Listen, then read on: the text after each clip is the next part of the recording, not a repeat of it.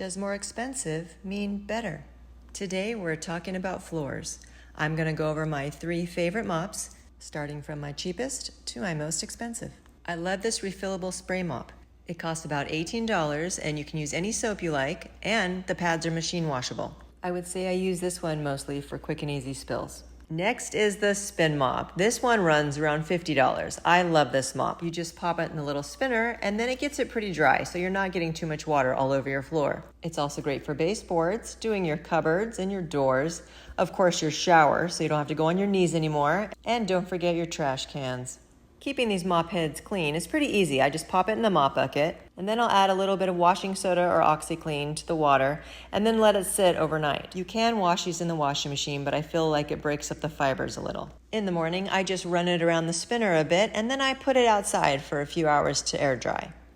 If you're in the market for a fancier mop with more technology, you may look at a wet dry mop. This one picks up pretty much anything, dry or wet, and it costs around $400. It is very easy to use, and it comes with an auto clean feature. So you just plop it on the little base and push the button, and all the water gets flushed through the system to clean it out. But please take note, when it says auto clean feature, that just means it runs water through all the little machine parts. You are still going to have to manually take the entire thing apart and clean it thoroughly each and every time you use the machine.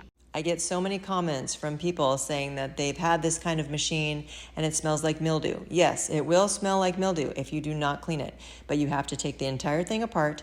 You need to clean every little part, and then you need to air dry it for at least 24 hours before you put it back on its base to store.